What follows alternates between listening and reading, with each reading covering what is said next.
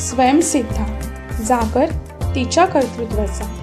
भारतात क्रिकेट या खेळात कायमच पुरुषांचे वर्चस्व राहिले आहे. स्त्रिया ह्या क्षेत्रात क्वचितच दिसायच्या, पण ह्याच वेळी एक महिला खेळाडू चौकार षटकार हाणत होती. सतत 21 वर्ष जायबंदी न होता क्रिकेट मुलूक गाजवणारी ही महिला म्हणजे आपली कोकण कन्या सुलक्षणा नाईक क्रिकेट विश्वातील यशस्विनी ठरली आहे.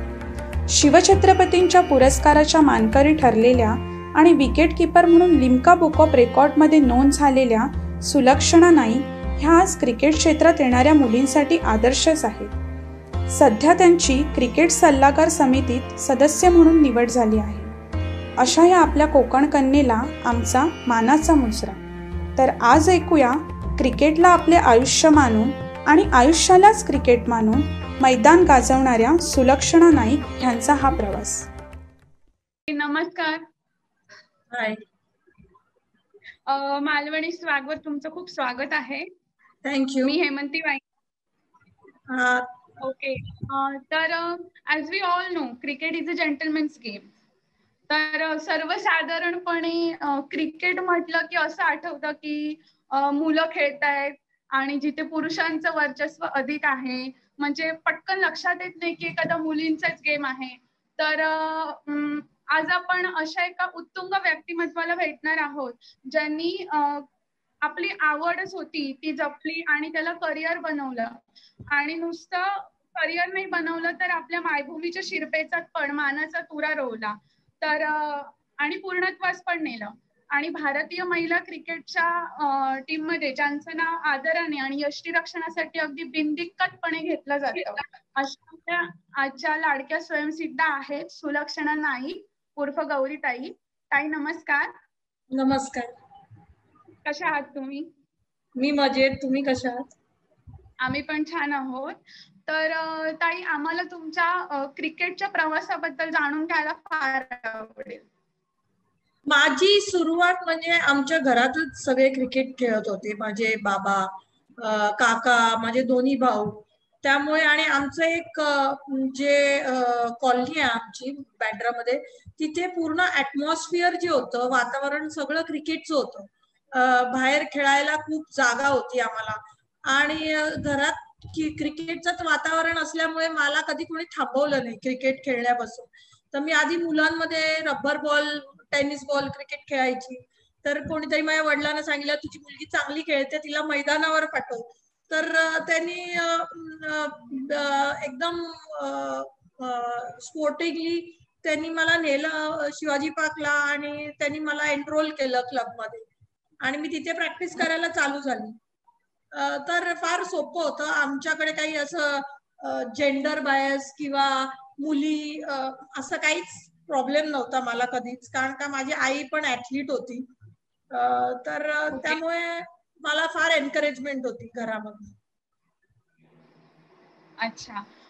पण इतर काही देशांच्या तुलनेत जर बघायला गेलं तर आपल्याकडे महिला क्रिकेट वर्गाला फारसा चाहता वर्ग नाहीये, किंवा जी सुविधांची उपलब्धता सुद्धा बघितली तर बऱ्यापैकी कमी जाणवते. तर त्याबद्दल तुम्हाला काही अनुभव आलेत का, किंवा अजून काही आपल्याकडे सुधारणा करण्याची गरज आहे का? आधी काही वर्षापूर्वी जिथपर्यंत BCCI च्या अंडर विमेन्स क्रिकेट नव्हतं तेव्हा खूप आम्हाला प्रॉब्लेम्स होते. म्हणजे आम्हाला अनरिझर्व जायला लागायचं, रिझर्वेशनचा प्रॉब्लेम असायचा. हॉटेल्स किंवा जे आम्हाला हे मिळायचे डॉमेट्रीज ते काही चांगले नसायचे. तर तो खूप एक फंडिंगचा प्रॉब्लेम होता. पैसे नव्हते, मुलींना पैसे अजिबात मिळायचे नाहीत.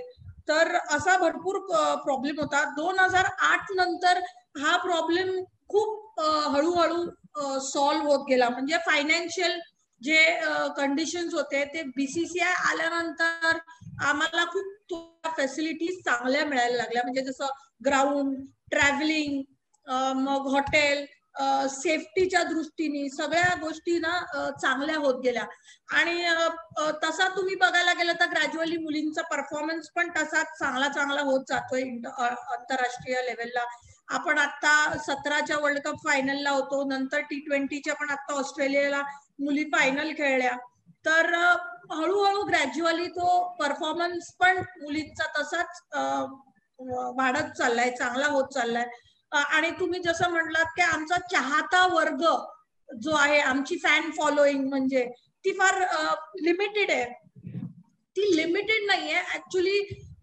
ज्यांना विमेन्स क्रिकेट बद्दल माहिती आहे आणि ज्यांनी कधी एखादी मॅच बघितली तर त्यांना समजेल का विमेन्स आणि मेन्सच्या क्रिकेटमध्ये फक्त एक अर्धा अंशच्या बॉलचा फरक आहे, की आमचा बॉल 5 अंशचा असतो आणि मेनचा 5.5 अंश. बाकी रूल्स, रेग्युलेशन, विकेटचा डिस्टन्स, ग्राउंडचा डिस्टन्स सगळं सेमच असतं आम्हाला. आम्ही पण तेवढेच 80 यार्ड्स वगैरे, मुली पण 6 मारतात, असं काही नाहीये. त्यामुळे फॅन फॉलोईंग आमची आहे, पण आता ती टेलिव्हिजन आल्यामुळे वाढत चालली आहे. असं नाही की आम्हाला फॅन फॉलोईंग नाहीये. हो, मेन्सच्या कंपॅरिझन मध्ये आम्हाला नक्कीच कमी आहे, पण मेन्सच्या कंपॅरिझन मध्ये आपण सांगू शकत नाही की एवढी असावी आपल्याला, पण आहे आणि ग्रॅज्युअली ती वाढत जाईल. मी खूप ऑप्टिमिस्टिक आहे. I am a very optimistic person. म्हणजे इम्प्रूव्हमेंटला आणि चेंजला टाइम लागतो. हो, तो एका रात्रीत होत नाही.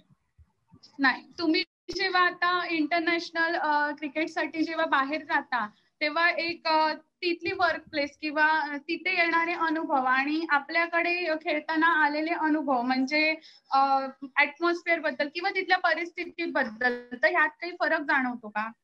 हो, नक्कीच. एक तर क्लायमॅटिक कंडिशन्स वेगळ्या असतात, विकेटच्या कंडिशन्स वेगळ्या असतात आणि बॉल म्हणजे त्यामुळे क्रिकेटवर जो फरक पडतो तो वेगळा असतो. म्हणजे खेळणं सोपं नसतं जेवढं दिसतं. आपल्याला आपल्या विकेटची खूप सवय लागली असते आणि तिथे जरा बॉल जास्ती मूव्ह करतो, विकेट थोड्या सॉफ्ट असतात, तर एक टोटली तुम्हाला तुमचा गेम थोडा अडजस्ट करावा लागतो. तर प्रत्येक देशामध्ये त्यांची स्वतःची एक कंडिशन असते आणि ती आपल्याला अडॉप्ट करावी लागते. ओके. आता तुमचे आदर्श कोण आहेत क्रिकेट क्षेत्रातले? क्रिकेट क्षेत्रात म्हणजे डेफिनेटली मी एकच नाव आपल्याला येतं, ते सचिन तेंडुलकर आहेत किंवा सुनील गावस्कर आहेत आणि महेंद्रसिंग धोनी आहेत. आदर्श मी एका व्यक्तीला आदर्श कधीच मानत नाही, कारण का मी नेहमी असा विचार करते, प्रत्येकाकडे चांगले गुण असतात, तर त्याच्यामध्ये आपल्याला काय चांगलं घेता येईल ते आपण बघावं. मी थोडा ब्रॉड विजन ठेवते, रादर दॅन म्हणजे नुसतं एकलव्यासारखं एक सिंगल माइंडेडली मी तसा विचार करत नाही. सो गिलक्रिस्ट आहेत, तर दोन म्हणजे विकेट किपिंग साठी माझे वेगळे आदर्श आहेत आणि बॅटिंग साठी वेगळे आहेत. प्लस ओव्हरऑल मी माणसाला आदर्श मानते.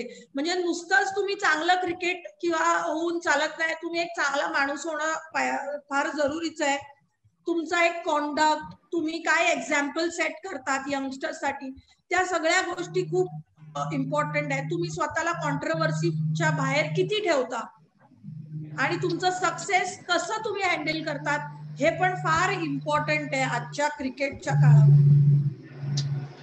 बरोबर. आजकाल थोडं असं बघायला मिळतं, म्हणजे आता फार प्रमाण कमी झालं म्हणायला हरकत नाही, पण लडकी है खेल कूद के क्या करेगी, म्हणजे अजून पण हा थोडासा जो लोकांची मानसिकता आहे किंवा आपल्या समाजात पण आहे, तर मुलींनी अधिकाधिक या क्षेत्राकडे कसं वळावं आणि त्यासाठी आपल्या समाजाच्या मेंटॅलिटीमध्ये काय बदल झाले पाहिजे?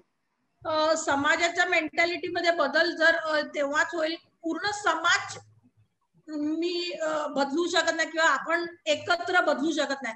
तर प्रत्येक घरामध्ये जर मी 4 मुली म्हणजे माझ्या या इंटरव्ह्यू जर 4 लोकांच्या घरामध्ये फरक पडला तर मी म्हणेन की ओके, इट इज खूप पॉझिटिव्ह गोष्ट आहे. तर घरामध्ये बदल आला पाहिजे, आई वडिलांच्या विचारामध्ये बदल आला पाहिजे की माझी मुलगी खेळून चांगलं करेल किंवा काहीतरी अचीव करेल. फक्त क्रिकेट नाही मी म्हणत आहे, जवळजवळ आपल्याकडे 30-40 गेम्स आहेत, त्याच्यामध्ये कुठच्याही एक क्षेत्रामध्ये ती पुढे जाऊ शकते, देशाचं नाव म्हणजे पुढे आंतरराष्ट्रीय लेवलला नक्कीच इंडियाला प्राऊड फील करू शकते. तर ह्या सगळ्या ज्या गोष्टी आहेत त्या घरातून चेंज होतात. समाज ऍज सच, मी एक फार छोटी क्रिकेटर आहे मी असं मानते, पण मी ज्यांच्याशी पण बोलते, कोणी मला माझ्याशी बोलायला येतं, तेव्हा मी नेहमी हे सांगते काय, तुम्ही तुमच्या मुलीसाठी काय करू शकता. फक्त असं आता फार आपल्याकडे हे जज करणं, काय माझा मुलगाच माझ्यासाठी काहीतरी करेल आणि मुली करणार नाही, ही एक विचारधारा फार कमी म्हणजे बघण्यात येते.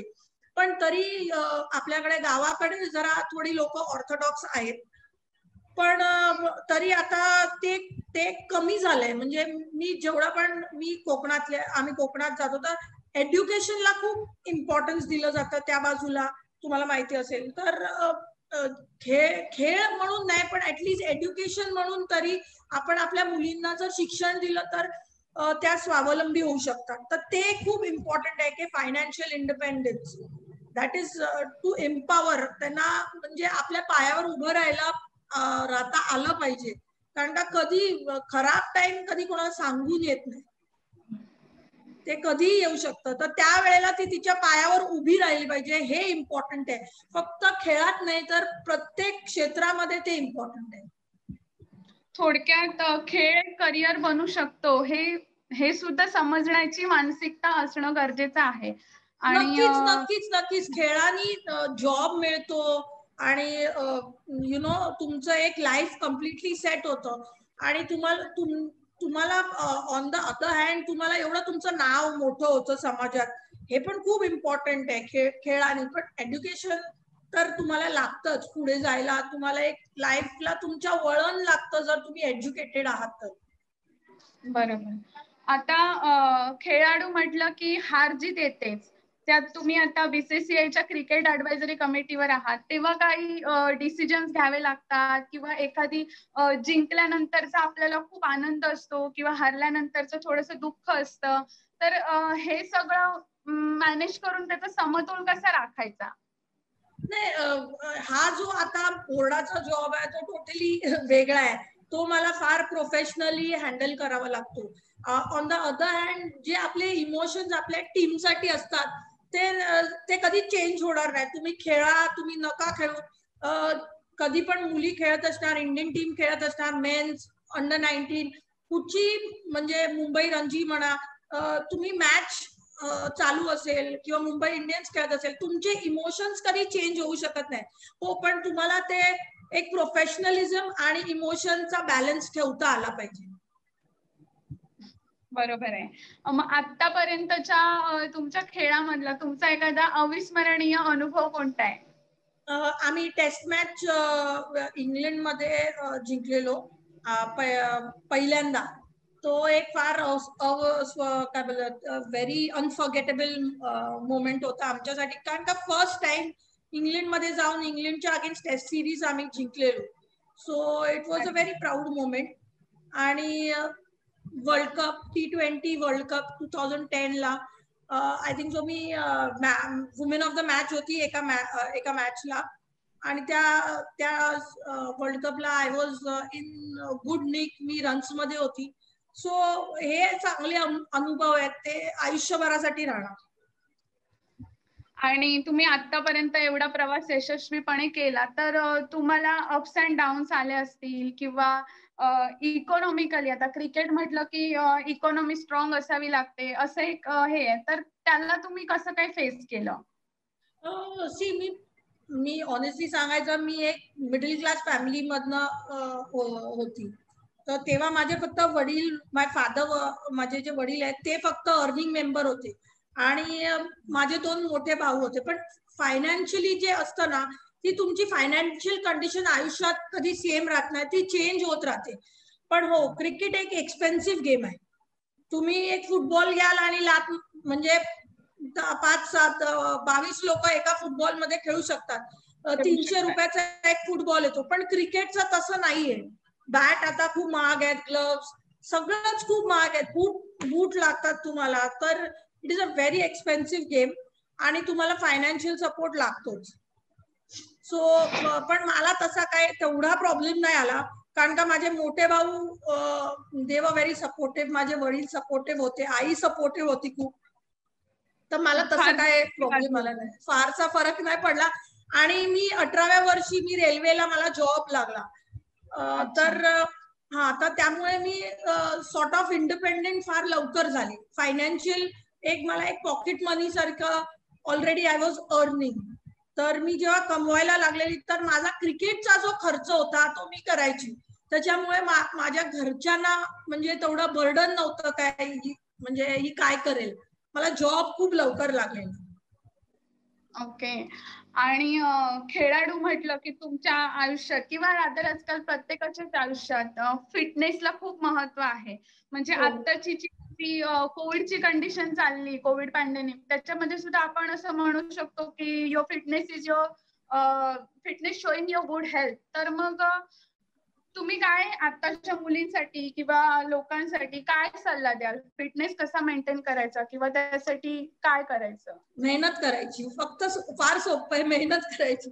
म्हणजे माझा मंत्र तर आयुष्यात हाच होता, तुम्ही खा, सगळं खा, खायला काही बर्डन नसतं, पण ते किती तुम्ही जाळतात. तुम्ही तुम्ही जास्त खाल तर तुम्हाला जास्ती वर्कआउट करावं लागेल. तुम्ही एक सेट डायट असेल तर यू हॅव, आणि फिटनेस हा करतच राहावं लागणार. There is no substitute. मेहनतीला तुमच्यासाठी तुमचे आई वडील कोच कोणी मेहनत करू शकत नाही, तुम्हालाच करायची. So there is no substitute. कोणाला काही आजार आहे किंवा समबडी इज हाय डायबिटिक और त्यांना काही फिटनेस प्रॉब्लेम, त्यांना त्यांचा फिटनेस स्वतःच करावा लागणार. They have to at least walk और आवर, सिम्पल गोष्टी आहेत आणि त्या आपल्याला काय बोलतात लक्षात ठेवल्या पाहिजेत.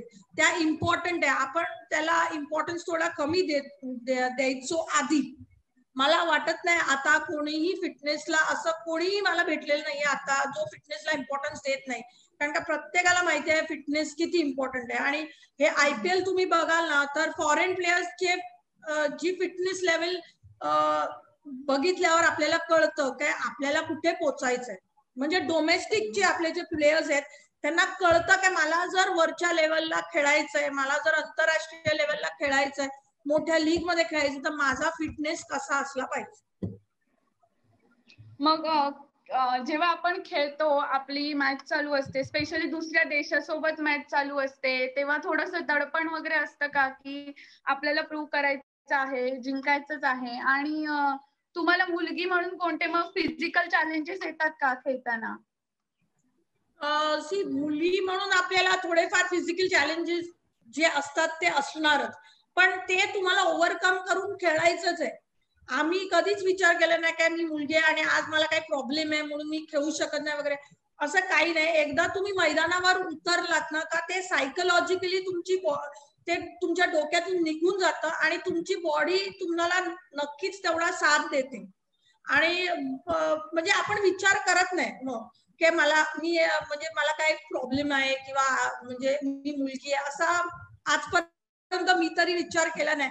हा फक्त एवढंच आहे, तुमच्या आजूबाजूच्या लोकांनी तेवढं तुम्हाला जाणवून दिलं नाही पाहिजे, जी तुमची घरची लोक आहेत मेन म्हणजे. कारण का तुम्ही पडलात तर उचलणारी घरचीच आहेत, पाडणारे बाहेरचीच असतात. तर सपोर्ट तुम्हाला घरात इम्पॉर्टंट आहे. तुम्ही घरात सपोर्ट असेल तर तुम्ही कुठची लढाई जिंकू शकतात, पण जर तुम्हाला घरात सपोर्ट नसेल तर थोडं ते कठीण जातं.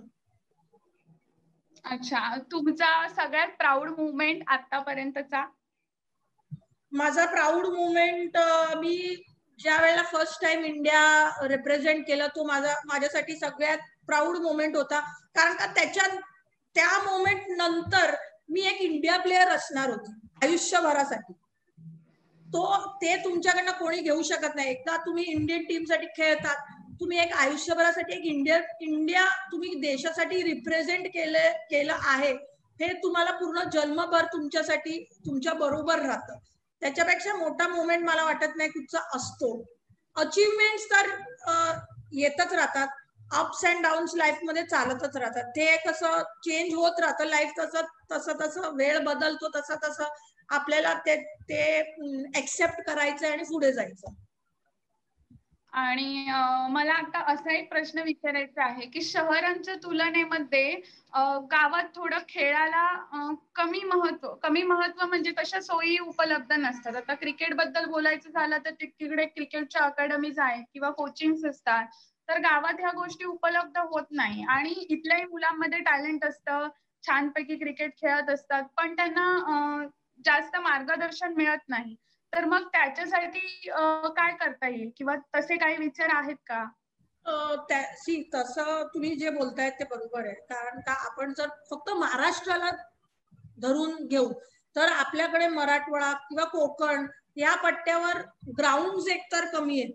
म्हणजे जिथे लोक कोचिंगला जाऊ शकतील, फॅसिलिटीज घेऊ शकतील, तर मग त्यांना फॅसिलिटीजच नाहीयेत. जर मैदानावर जाऊन प्रॅक्टिस करायची तर मग ते तिथनं पुढे कसे येणार? म्हणजे त्यांच्याकडे टॅलेंट आहे, टॅलेंटचा काही प्रश्नच नाही. ते त्यांच्याकडे फिटनेस आहे. कारण का एक इनबिल्ड गावाकडे ना मेहनती असतात सगळे, तर तुम्हाला माहिती आहे. तर इनबिल्ड त्यांच्याकडे फिटनेस तर असतोच, ते चांगले ऍथलीट असतात. कारण का ते खूप लांब राहतात, ट्रॅव्हलिंग करावं लागतं. तुम्ही जर पण फॅसिलिटीज नसल्यामुळे तिकडची मुलं खूप मागे पडतात आणि मी अनुभवलंय स्वतः.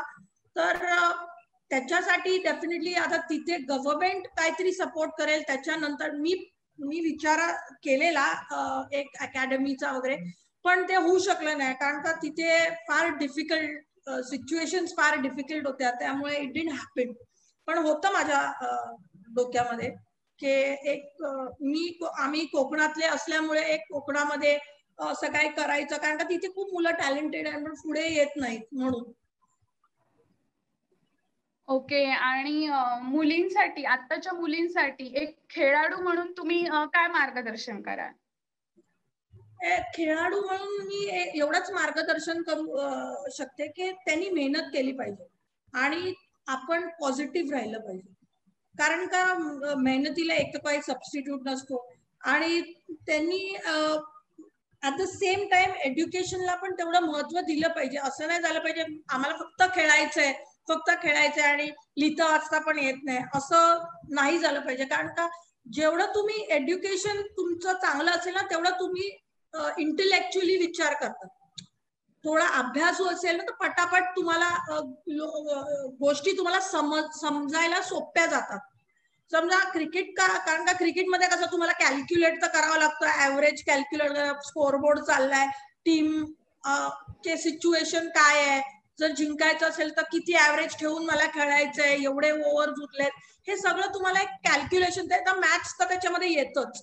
तर थोडं तुम्हाला ते कधी येतं जेव्हा you are a little bit good student, आणि त्याच्याने तुमचा कॉन्फिडन्स पण वाढतो.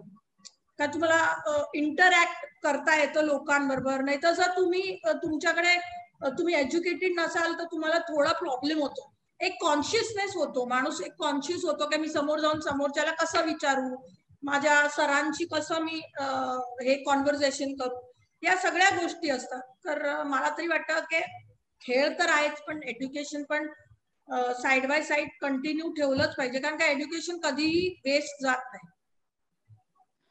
तुम्ही जेव्हा क्रिकेट क्षेत्रात आलात त्याच्या तुलनेत आता परिस्थिती फार बदललेली आहे. तर जेव्हा तुम्ही महिला संघात गेला होता आता फार काही वर्षांपूर्वी, आणि आता वेगळी डेव्हलपमेंट आहे, तर त्याच्याबद्दल काय सांगू शकाल? नाही, चांगली डेव्हलपमेंट आहे, फॅसिलिटीज मुलींना मिळत आहेत आणि ते चांगलं करतायत. तर म्हणजे त्याच्याबद्दल काही म्हणजे उलट आनंदच आहे. आम्ही तर थांबलोय आता कधी IPL होईल. आता दोन वर्ष झाले आहेत की आपल्या आता या वर्षी पण आहे एक्झिबिशन मॅच. तर हळूहळू 1-2 वर्षात मे बी विमेन्सची IPL पण चालू झाली तर चांगलीच गोष्ट आहे. कारण का ऑल ओव्हर वर्ल्ड लीग्स तर चालू झाल्या आहेत. इंग्लंडमध्ये पण चालू झाली आहे, ऑस्ट्रेलियाची चालू झाली आहे. तर हळूहळू आपल्याकडे पण होईल आणि तेव्हा तुम्हाला असं वाटणार नाही की विमेन्स क्रिकेटला फॅन फॉलोईंग नाही. तेव्हा भरभरून तुम्हाला प्रतिसाद मिळेल लोकांचा. ओके. गौरीताई, आता मागच्या काही वर्षांकडे वळून पाहताना आता कसं वाटतंय तुम्हाला? मी फार सॅटिस्फाईड आहे. कारण का जेवढं मी क्रिकेट खेळली आहे ते मी चांगलं खेळली आहे आणि आय वॉज ब्लेस्ड की इतके वर्ष मी रेल्वेसाठी 15 वर्ष केली, 18 नॅशनल टायटल्स माझ्याकडे आहेत. तर या सगळ्या गोष्टी ॲज अ विकेट किपर मी खूप एक सॅटिस्फाईड आहे.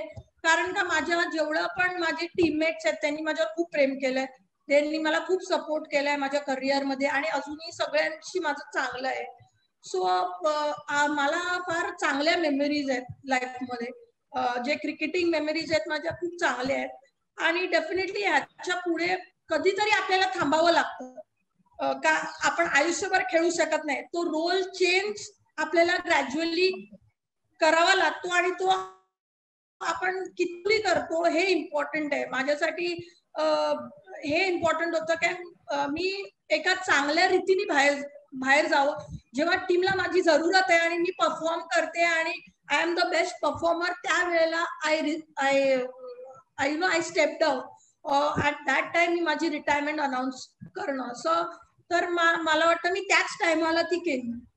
तर I am very happy about that. आणि माझे टीममेट्स पण त्यांनी जेवढा रिस्पेक्ट मला दिलाय आणि अजूनही देतात, तर I am very happy about that. तुम्हाला आता मी एक लास्ट शेवटचा प्रश्न विचारते की हल्लीच तुम्हाला Limca book of world record मध्ये तुम्हाला यष्टिरक्षणासाठीचा सन्मान मिळालाय, तर त्याबद्दल काय बोलाल? किंवा यष्टिरक्षण निवडण्या पाठीमागचं काही स्पेसिफिक रिझन? यष्टिरक्षक निवडण्यामागचं काही स्पेसिफिक रिझन नव्हतं. मी म्हणजे काय झालं, मी बॉलिंग टाकायची लेग स्पिन, पण काय झालं माझे बॉल आहे ना पोचायचे नाहीत. कारण का मी 12व्या वर्षी मला वडिलांनी नेऊन ग्राउंडवर सोडलं. काय कल्पना आचरेकर होत्या तिथे शिवाजी पार्क जिमखान्याला. तर त्यांची एक टुर्नामेंट होती आणि त्यांच्याकडे विकेट किपर नव्हता. मी समर वेकेशन साठी जायची. मी रेग्युलर रोज प्रॅक्टिसला नाही जायची, फक्त सुट्टीमध्ये जायची. मेच्या, डिसेंबरच्या, दिवाळीच्या असं सुट्टीमध्ये जायची. त्या टायमाला त्यांच्याकडे विकेट किपर नव्हता आणि त्यांना विकेट किपरची जरुरी होती. आणि मी बॉल चांगला पकडायची. 12व्या-13व्या वर्षी ना कोणी माझ्याकडे किती जोरात फेकला तरी मी चांगला पकडायची. तर त्यांना वाटलं ही चांगली विकेट किपर होऊ शकेल. तर मला सांगितलं तुझा बॉल पोचत नाही, तुला टीम मध्ये खेळायचं असेल तर ग्लव्स घाल. तर मग मी ग्लव्स घातले आणि त्यांनी मला विकेट किपर बनवलं. पण म्हणजे मी ब्लेस्ड होती किंवा मी डेस्टिन्ड होती की मी विकेट किपर झाली. आणि मी नॅचरली खूप आउटस्पोकन आहे, इन्व्हॉल्व लवकर होते, म्हणजे खूप फ्रेंडली आहे माझं नेचर. त्याच्यामुळे त्या सगळ्या क्वालिटीज ज्या सुटेड असतात एका विकेट किपरसाठी त्या माझ्याकडे सगळ्या होत्या. तर एक विकेट किपर म्हणजे एक कॅरेक्टर असतं. इट इज जस्ट नॉट की तुम्ही बॉल पकडलं आणि दुसऱ्या बाजूला गेलं. तुमची इन्व्हॉल्वमेंट किती असते प्रत्येक प्लेअर बरोबर हे पण इम्पॉर्टंट असतं. ओके, खूप छान वाटलं तुमच्याशी बोलून आणि बऱ्याचशा नवीन गोष्टी कळल्या ज्या आत्ताच्या पण मुलींना खेळाकडे वळायला प्रवृत्त करतील किंवा मोटिवेट करतील. तुम्हाला आतापर्यंत फार सन्मान मिळाले, तुम्ही खूप अचीवमेंट केल्यात, त्याच्यासाठी खूप खूप आभार तुमचे. तुमचं अभिनंदन. आणि थँक्यू व्हेरी मच. पुढील मालवणी स्वाद करून खूप शुभेच्छा.